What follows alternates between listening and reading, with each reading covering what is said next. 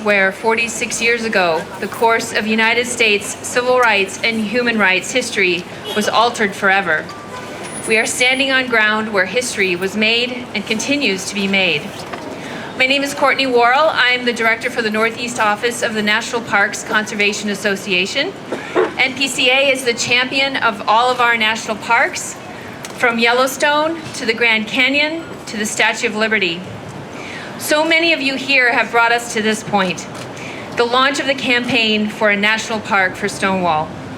Partners, supporters, advocates, community members, uprising participants, uprising witnesses, LGBT historians, Stonewall historians, elected officials, you have all made this day possible and the designation of this national park a great possibility.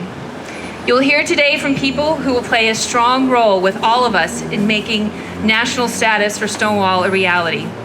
Welcome to all of you, and thank you for your work up to this point and for being here. The press conference will be followed by opportunities for the press to ask questions. And now it is my great honor to welcome New York Congressman Jerry Nadler.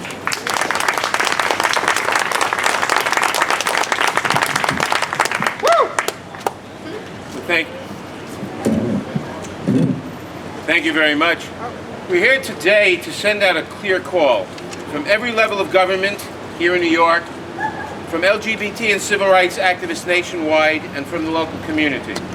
We must designate a Stonewall National Monument.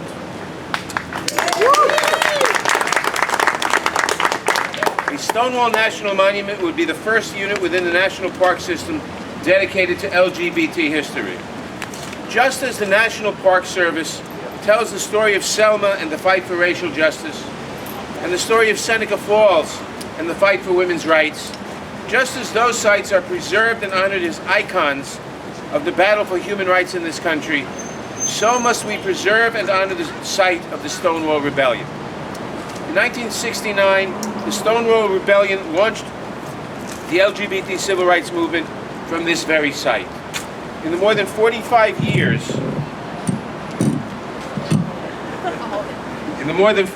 years since those days, the name Stonewall has become synonymous with the American struggle for LGBT civil rights and the fight for equality.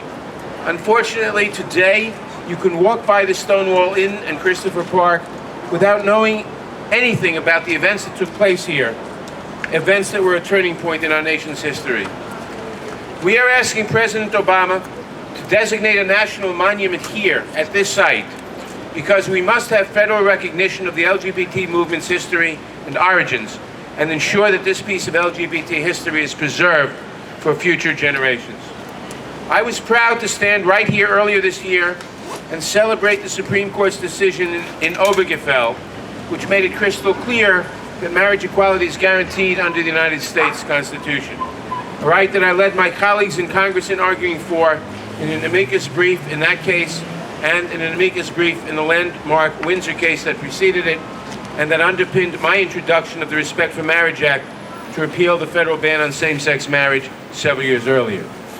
Those victories and the movement that enabled them stand on the shoulders of the brave individuals who launched the LGBT civil rights movement.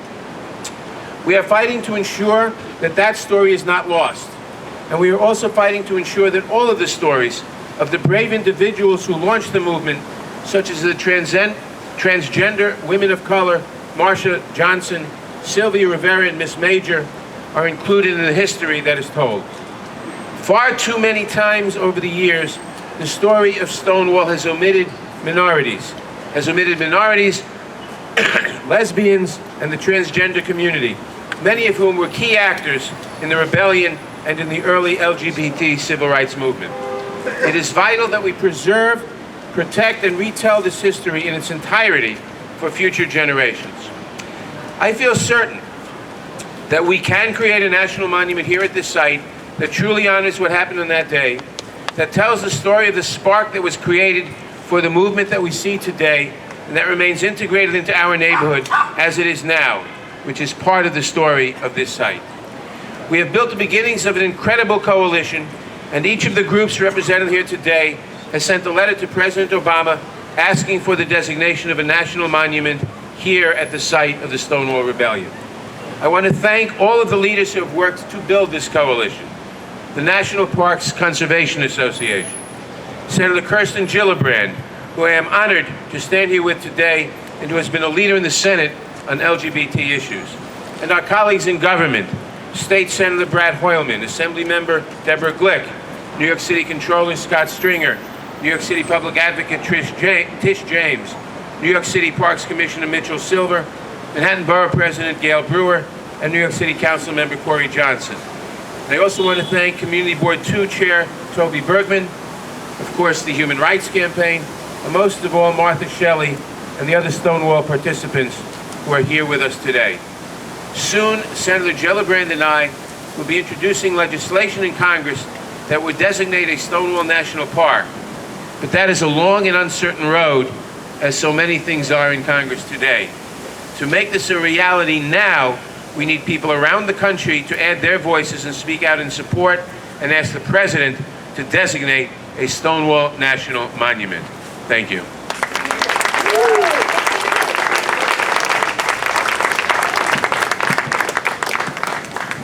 Senator Kirsten Gillibrand. Thank you all for joining me today. It is a true privilege to be here. It's a little easier this way. I want to thank Congressman Nadler for his extraordinary leadership, his extraordinary work, and his absolute vision to launch this tremendous campaign. When we think of America's milestones, we remember not only the people and what they said, but we also remember where it took place. Our National Park Service recognizes the origins of women's suffrage in Seneca Falls. It celebrates the path of the civil rights movement in Selma to Montgomery Historic Trail.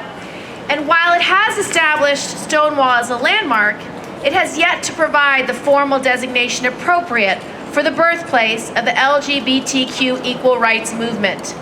So today, we're announcing a campaign for the first ever national monument dedicated to the history of LGBTQ equality rights right here at Stonewall. And there is an online petition, and I'm telling you, if all of us sign that and everyone that you know signs it, it will encourage the president even more.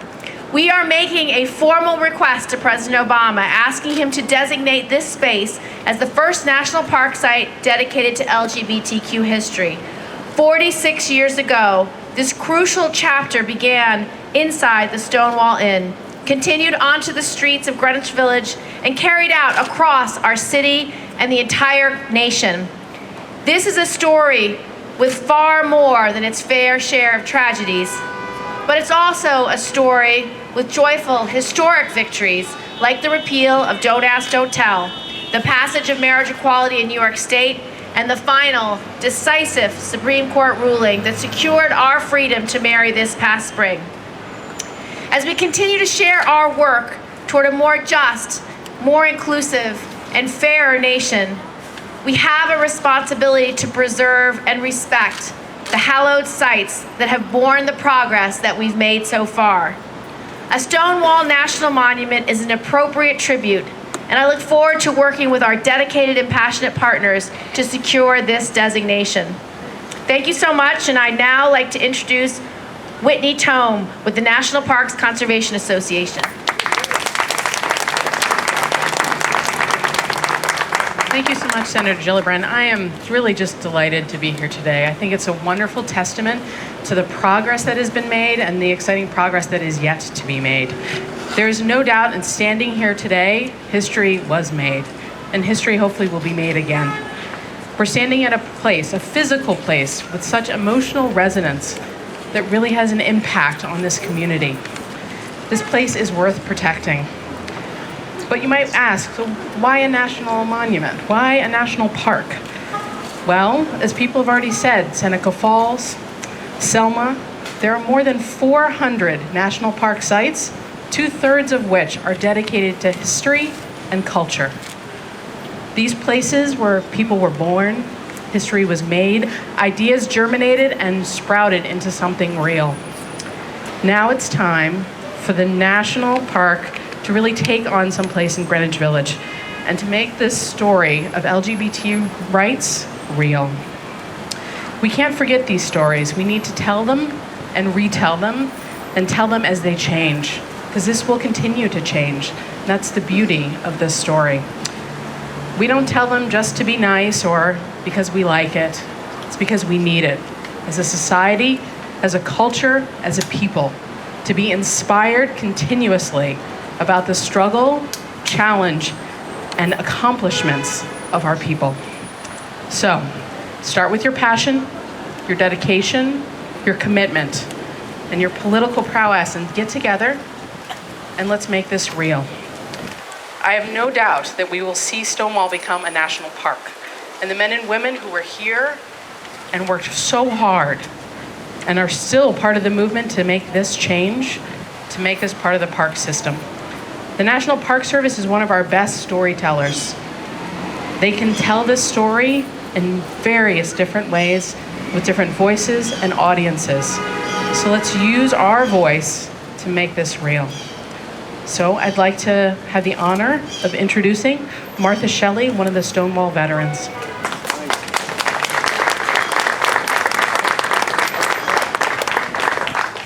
Hi, I'm Martha Shelley, and I was one of the founders of Gay Liberation Front.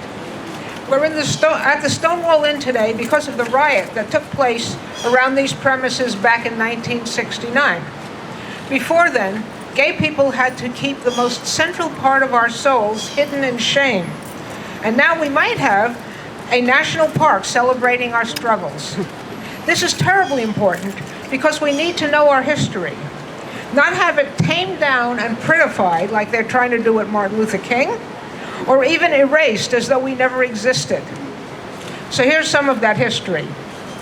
The Stonewall riot wasn't the first of its kind. The first that I know of occurred in 1966 at Compton's Cafeteria in San Francisco. What's special about Stonewall is that some of us seized the opportunity to form the GLF, the National Gay Liberation Front. Up to 1969, the existing gay organizations were assimilationist. They aimed to convince America that all gays wanted was acceptance into middle-class society. They pleaded. They were well-dressed and polite, and they got almost nowhere. GLF was a coalition of radical gays from the mainstream organizations, gay radicals from socialist organizations, and street queens and dykes who'd never been organized before. We forged alliances with other groups that shared our dreams of a just society, like the Black Panthers and the Women's Liberation Movement. At one point, we put together a list of demands. These included the right to control your own body, which meant freedom to engage in consensual sexual activity, reproductive rights for women, freedom to get high, and freedom not to have your ass drafted and shipped to Vietnam. Our demands included an end to racist oppression. They included economic justice. We are here today because the in-your-face tactics of Gay Liberation Front, Gay Activists Alliance, and ACT UP succeeded, at least to a certain extent. We have same-sex marriage. We can now volunteer to have our openly gay asses blown up in the Middle East. America may be on the road to ending the drug war. But every day we read about the cops murdering another unarmed Black or Hispanic person and getting away with it. Our jails and prisons have become a vast gulag for poor minorities. Abortion rights are being slashed, and women are still treated like baby-making machines in a lot of this country. Economic inequality is astronomically worse. Ordinary workers have lost their jobs, their homes, and their pensions, while CEO pay is somewhere between 700% and 1,000% greater than it was in 1969.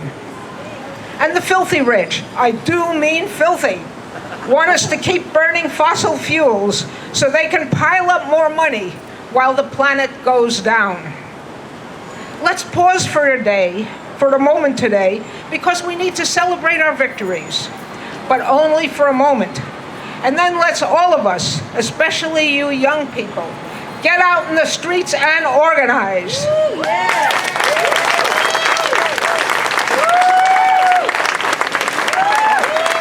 Dolores Corvagaru. You're making me cry.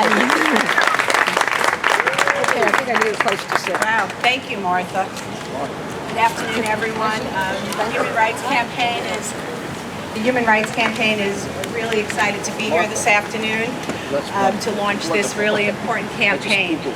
The Stonewall riots and the resulting actions taken by the LGBT community at this site mark the end of LGBTQ invisibility. There is before Stonewall and there is after Stonewall. Before Stonewall, LGBTQ Americans were isolated. After Stonewall, LGBTQ Americans came together in force and changed the nation for the better, making this a more equal, more just country. LGBTQ Americans said no more to discrimination, intolerance, injustice, and hate. This is the very epicenter of that critical movement. If designated, this site would be the first in the national park system solely dedicated to telling the story of the LGBTQ American experience, a story that is currently untold on a national level. The Human Rights Campaign will continue to work alongside our friends at the National Parks Conservation Association and the community board and with the local community as well. We'll reach out to our members via social media to sign the petition to our president. Additionally, HRC will lead a national letter writing campaign. We feel a national monument would allow for enhanced interpretation for the events that occurred here in 1969 and have since come to be recognized as the turning point for the struggle of the LGBTQ civil rights movement around the globe. Thank you, everyone. We're really excited to be here. Now I have the pleasure of introducing Commissioner Silver from the Parks Department.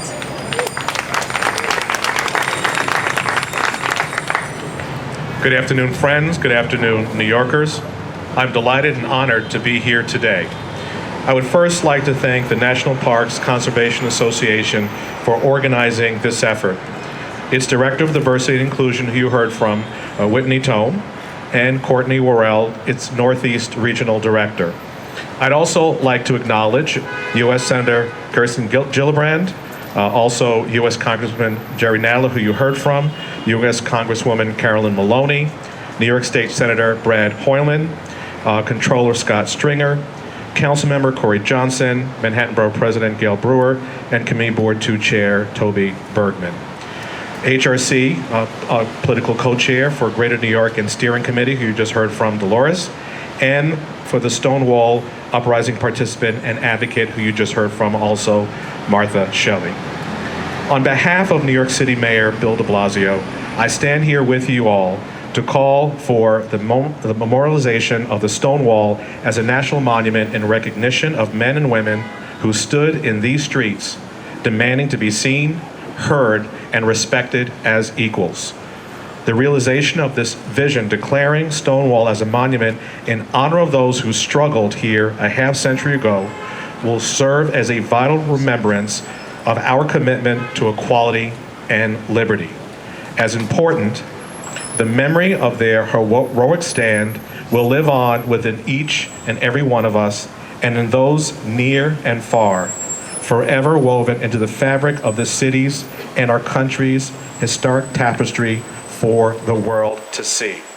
It is time to make history again. Thank you.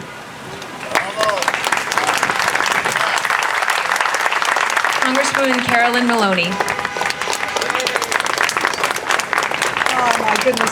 I must tell you, I'm getting chills. I feel so privileged and honored to be here with so many Stonewall vets, so many great leaders in the advocacy movements for GLBT rights, and such outstanding leaders in all areas of government, Kirsten and Jerry and Brad and Corey and Scott, all of whom have led in their own way for gay rights and LGBT rights in our great country.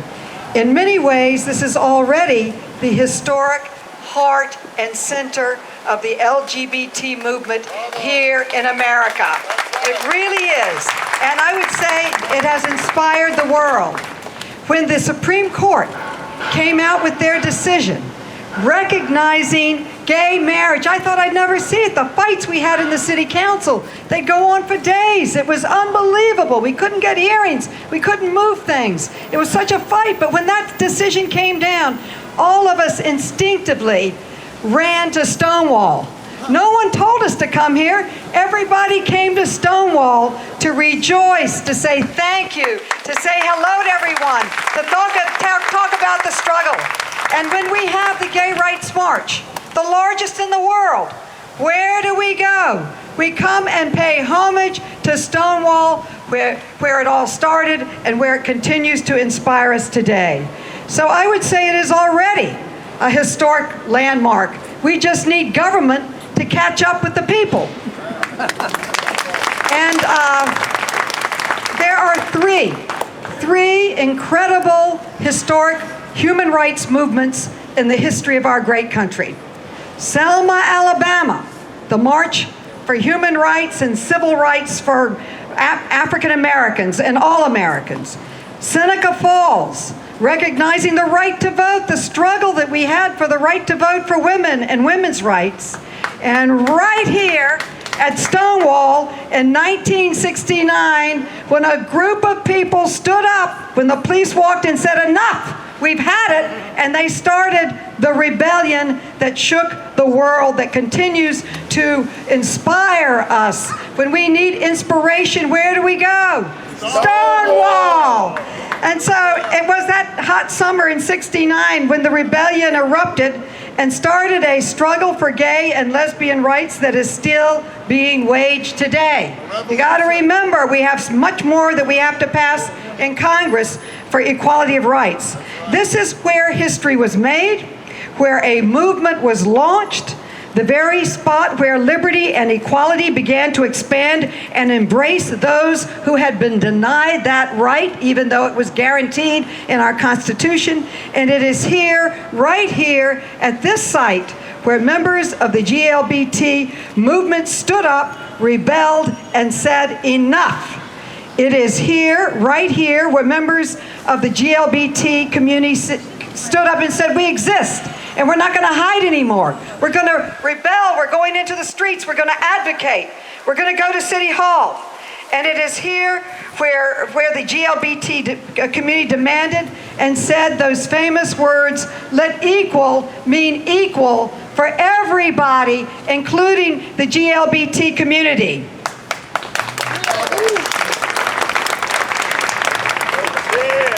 This spot, that moment, those people, some of whom are with us today, have earned the right to be revered, to be remembered, to be honored, and for this country to say thank you for moving us forward.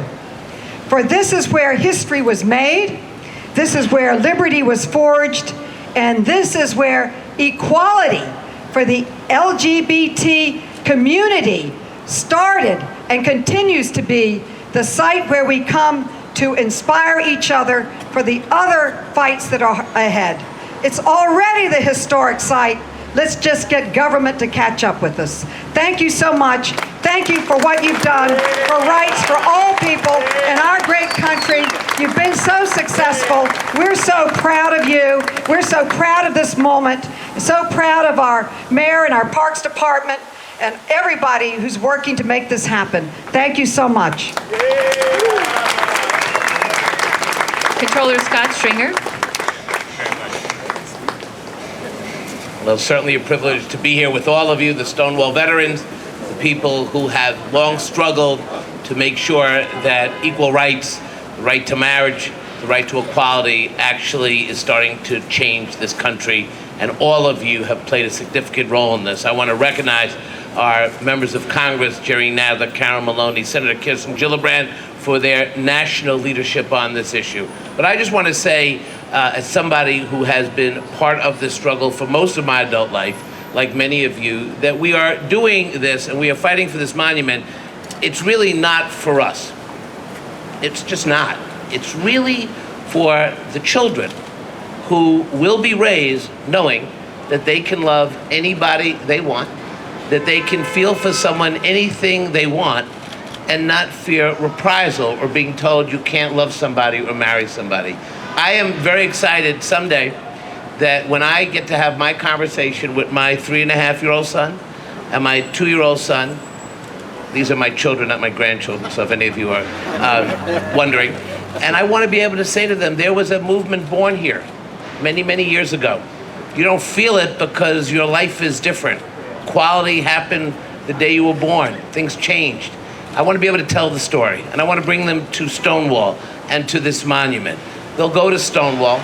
They won't drink at Stonewall, but they'll go to Stonewall, and then they'll go to this monument, and they will be able to hear the stories from the veterans, from the people, from their schools. Will tell the amazing story of a civil rights movement that had a lot of heartache, a lot of challenge, and a lot of sacrifice. A lot of people are not here today because this government did not tell them the evil of AIDS, didn't inform people of what this was about. We lost a generation of people who would be here today.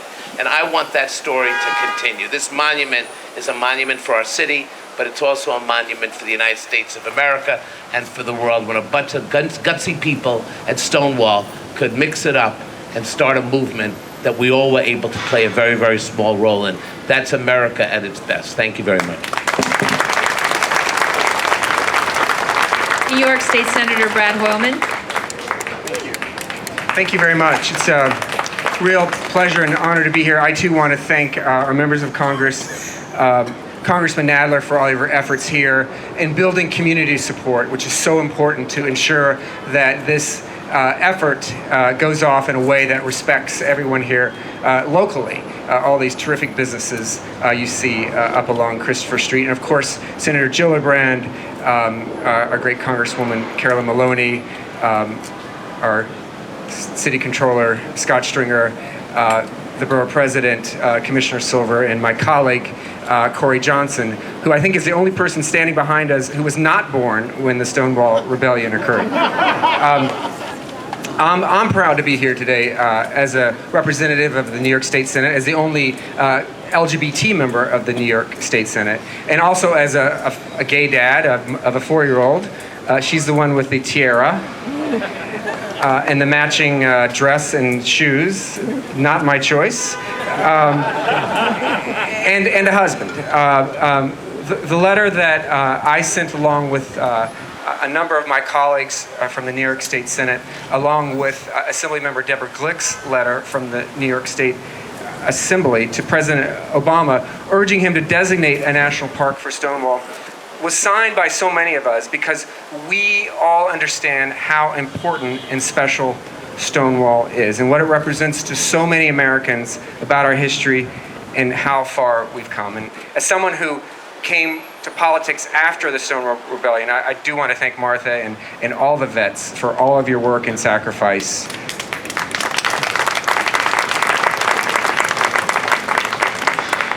And frankly, making it possible for people like me and Corey Johnson to even run for office and participate in the political process. So thank you. It reminds us, Stonewall, how we can succeed on the road ahead as we continue to fight for economic security, well-being, transgender rights for all LGBT people.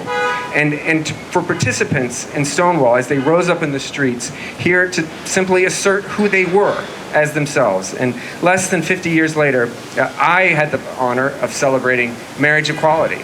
Stonewall is a place where, as Carolyn Maloney said, we spontaneously arrive as a community for good times and bad. We have to remember the tragic hate crimes that have peppered this side of Manhattan, and Mark Carson's death was another testament to how powerful Stonewall is for this community and where we gather. Designating a national park here is really the only way to definitively safeguard the first home of our mutual struggle and share its true meaning with my generation, with my daughter's generation, and subsequent generations. So I want to thank again everyone here for your efforts. I look forward to working with the National Parks Foundation to ensure its success, and let's move ahead and designate Stonewall. Thank you so much. New York City Council Member Corey Johnson. Thank you to Brad Hoylman for outing me for my age. But good afternoon, everyone. How old are you? I was born in 1982.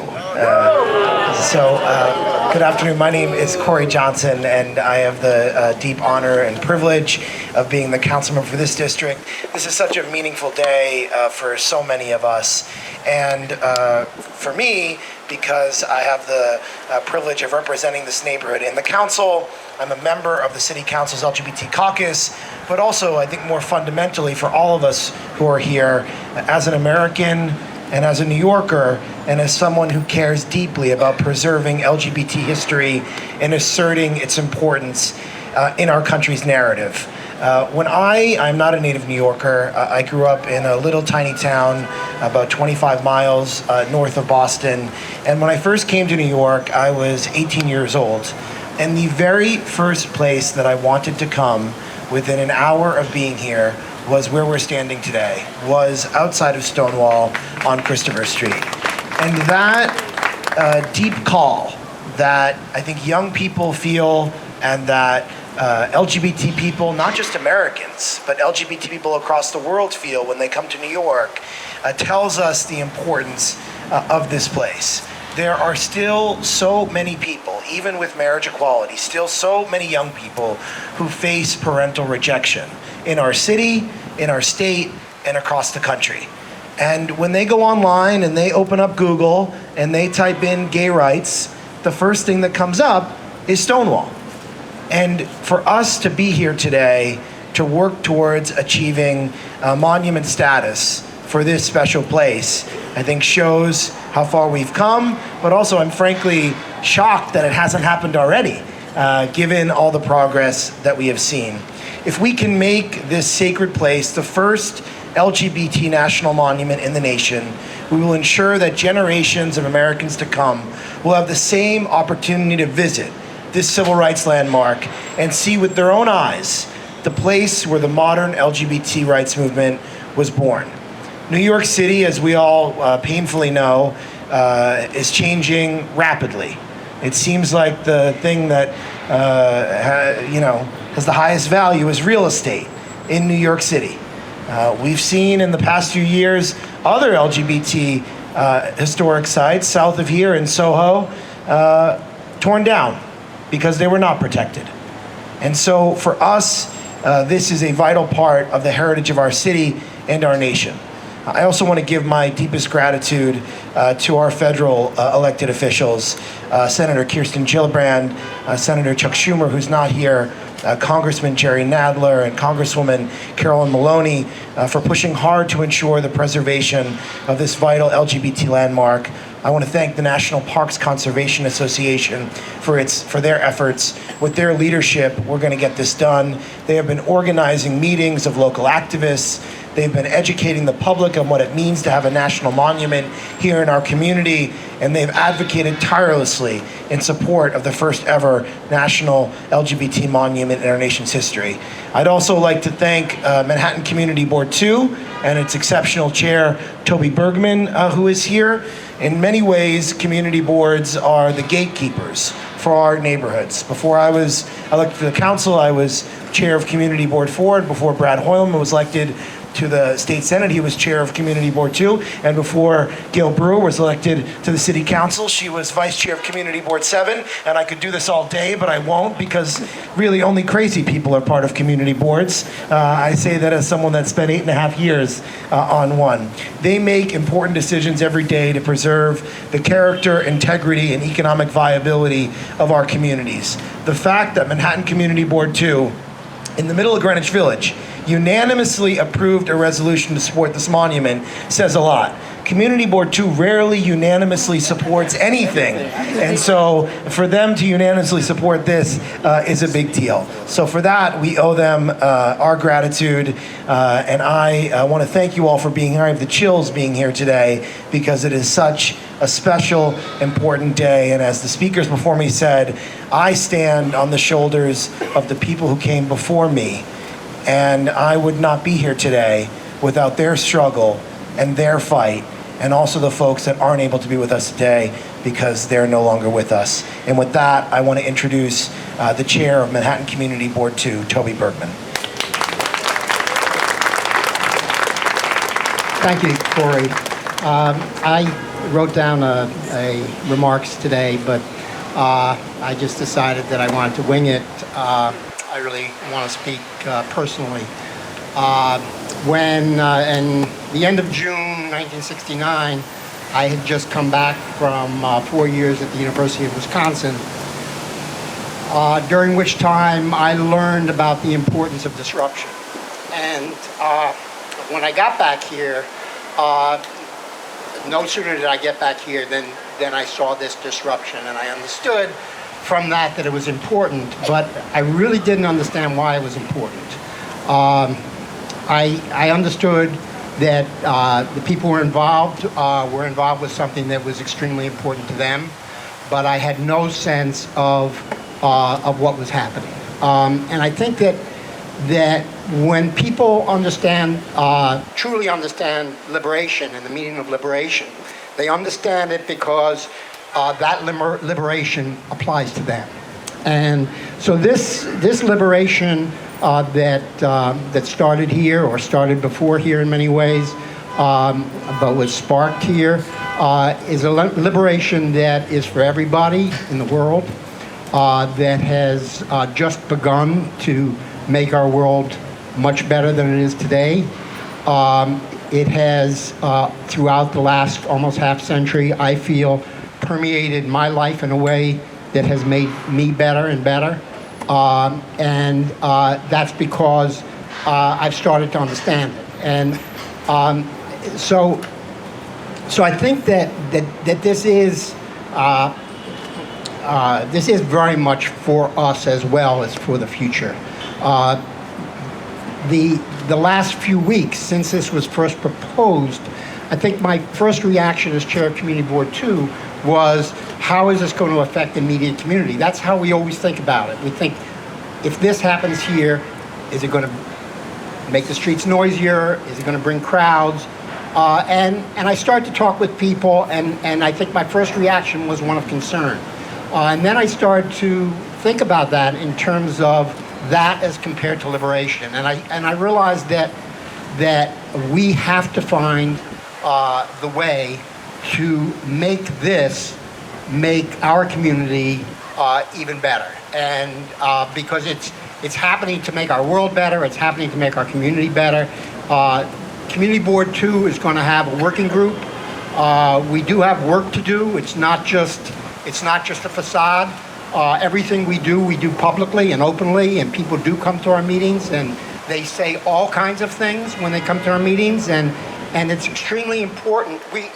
It's something that community boards all over the city are very good at, and what I think Community Board 2 is very proud of is that we are able to do all our business in public and hear everybody in public and still find the way to do the right thing almost every time. And I'm extremely confident that we are going to do very well here, and we're going to help this happen and happen in a truly wonderful way. So thank you very much. I'm extremely proud to be here. I know Community Board is extremely proud to be part of this. Manhattan Borough President Gail Brewer. Thank you very much. I'm honored to be here. I know there are two veterans. If I didn't mention Williamson, although he's been mentioned already, I would be in trouble. And Martha, congratulations to both of you. So it is an honor to be here. And I want to thank all of the federal officials. But on behalf of Manhattanites and all of us, I offer strong and heartfelt support, as you all do, for the designation of the Stonewall Inn and the park as a national monument. I just wish we could make all mom and pops national monuments, to be honest with you, so we wouldn't lose them. But this one is really special. And I don't think any of us can think of a more respectful and historically accurate way to honor the heroic actions of what happened here on June 28, 1969. This monument would celebrate how the journey that began at Stonewall has greatly broadened and enhanced the collective mindset of America. It's our melting pot, because now respect and embracing all LGBTQ Americans The spontaneous demonstrations that erupted on that day on June 28th at the Inn constitute a major turning point in American history and symbolizes the start of the modern LGBT civil rights movement worldwide. I'm glad it started in Manhattan and not Brooklyn. Sorry, Tish. We're the home of the marker for roughly 9 million Americans who identify as LGBT. We need an original story, and we have one here. And civil rights monuments are no different than any other monuments for other civil rights activities. This is one very special. A Stonewall National Monument would preserve and protect this important historical landmark and sustain the living history of the LGBT movement in America. We are so very proud that Manhattan will be the home of this global monument to tolerance and strength. And we promise collectively to maintain and support it in the manner it deserves. Thank you very much. Public Advocate Tish James.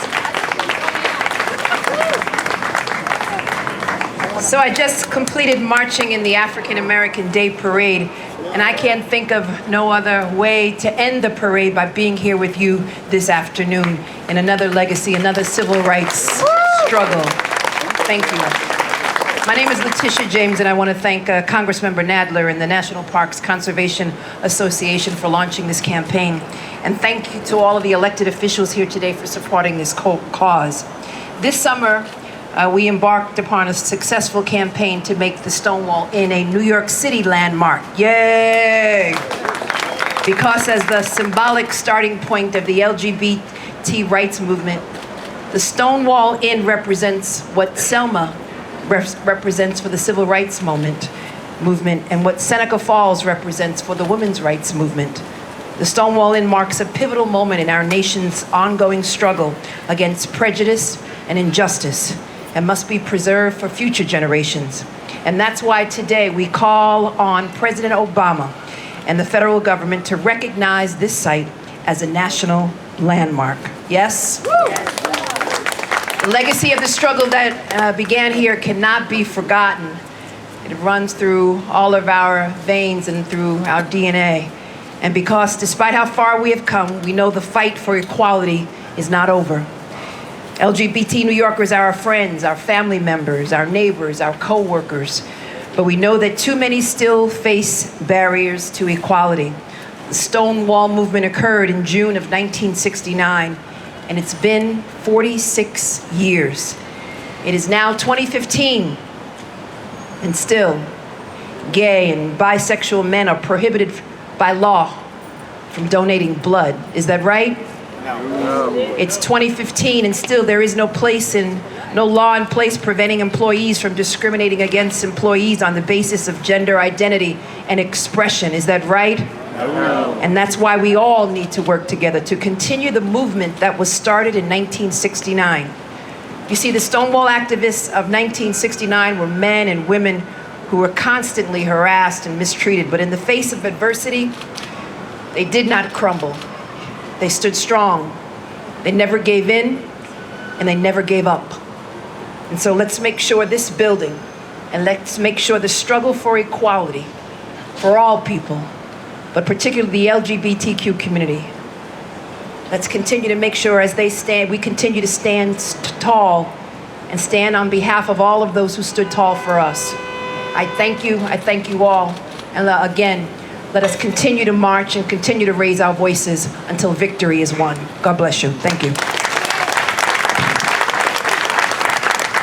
And before we close, I want to recognize State Assembly Member Deborah Glick's office is here, as well as New York Assembly Member Richard Gottfried. So that concludes today's press conference. A big round of applause for everyone here in the front.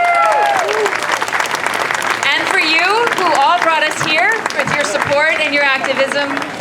Are there any questions from the press? From the press only, please. Yes, Andy. Well, you've all said how this is like a done deal, it's going to happen, etc. Well, what is it going to be? How is this thing going to look any different? What's going to happen here? Well, we haven't said it's a done deal. We've said that we're beginning this campaign, and we don't know the answer to that question, what it's going to look like.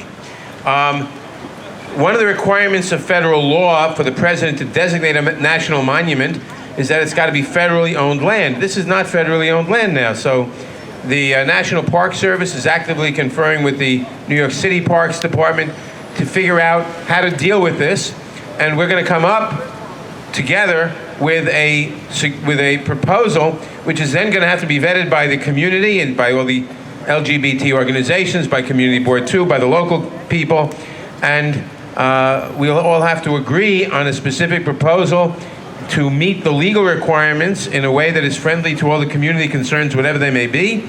And then we will ask and we will bless that proposal, all of us hopefully, and then the president will be able to designate the landmark under that proposal, which we're just beginning to work out now. It's also not a done deal because the president hasn't agreed. So that means our work is yet to be done, and that means everyone here today, everyone you know who will support this monument, has to be heard. Because the reality is nothing ever works in Washington until regular people stand up and demand action. What's the name of the online survey, of the online petition? Go to the NPCA website, which is npca.org. And you can also find petitions in the back, and all the people in the aqua blue t-shirts can help you sign right now, and their postcards with the exact URL on it. Any other questions from the press? All right.